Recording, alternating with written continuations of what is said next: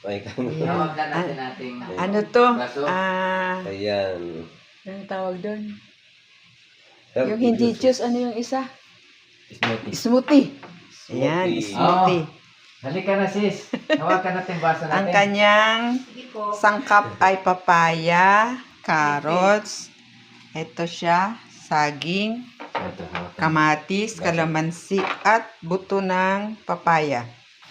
Ito pa. Ayan. Ganyan. Healthy kasi yan eh, healthy. Ayan. Bakit ibang kulay yan? Parehas lang yan. Kailangan. Okay mga kapatid, nandito ang ating mga manggagawa ng ating Panginoong Diyos. Hawak ang mga healthy smoothie na mga healthy drinks natin.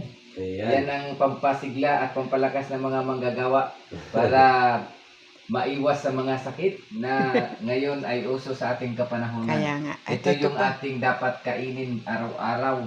Hindi tayo mawala sa ganitong klaseng Pagkain.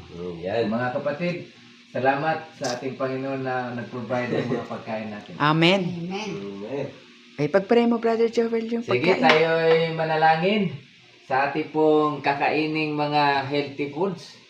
Panginoon naming Diyos, sa oras na ito, ami pong lubos na pinapasalamatan ang inyo pong patuloy na pagpapala na inyo pong binibigay sa amin araw-araw.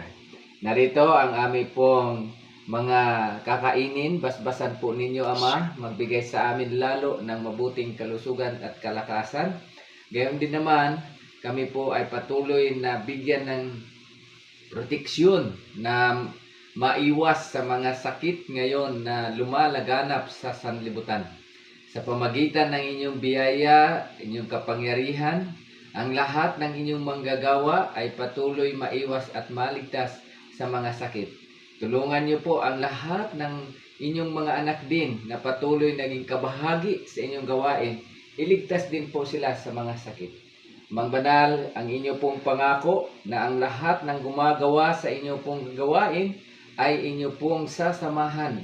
Ibig sabihin, Panginoong Diyos, hindi nyo kami pababayaan na magkaroon ng karamdaman.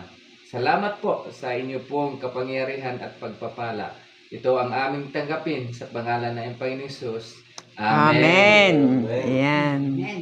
Happy Amen. eating. Oy, nasaan na yung Enjoy. birthday ating Nawala. Hala.